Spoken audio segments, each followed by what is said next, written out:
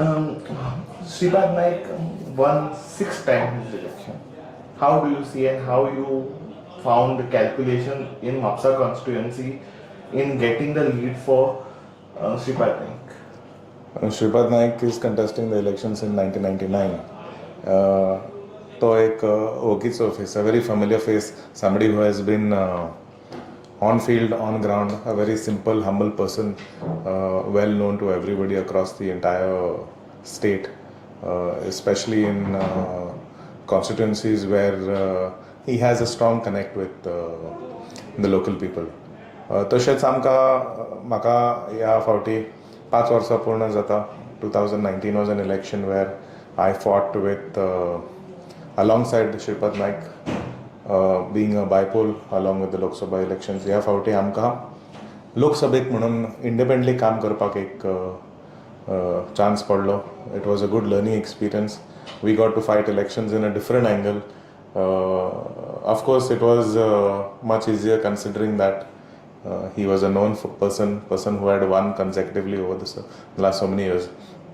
So it was not at any point of time did we have a doubt that whether he was going to win or not win, or there were doubts about how many votes he was going to get. Mapsa constituency being a very strong hold for BJP, being very consistent over the last couple of elections, whether it is the Lok Sabha or the Vidhan Sabha, we always come up 10,000 plus.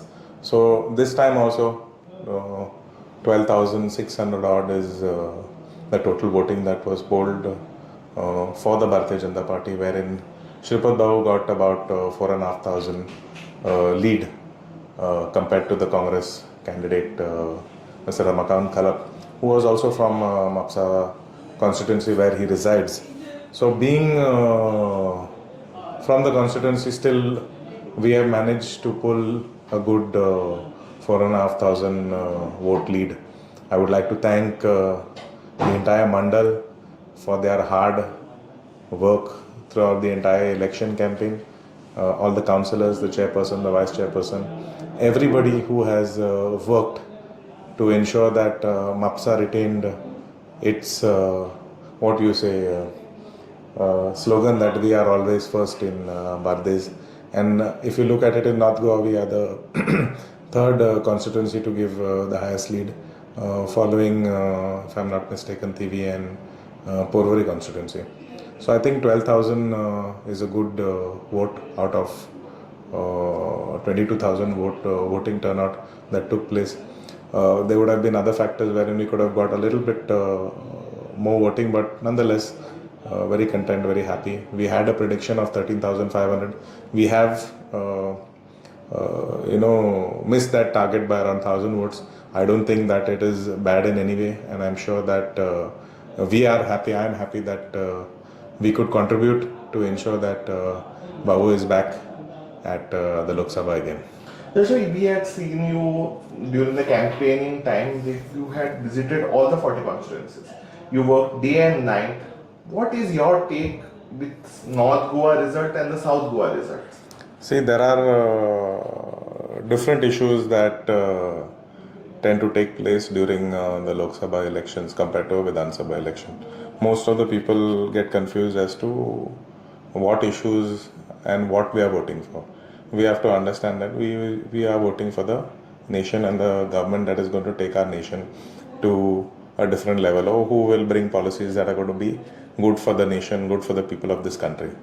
So I think in many ways, whatever feedback I got was a lot of feedback was related to the state government, wherein we had to tell them, Baba, this is not the state government elections, this is the central government elections. So I think there are a couple of issues that the state government has to address, and I'm sure that Honorable Chief Minister is taking stock of that, and there were a couple of points that I had mentioned to him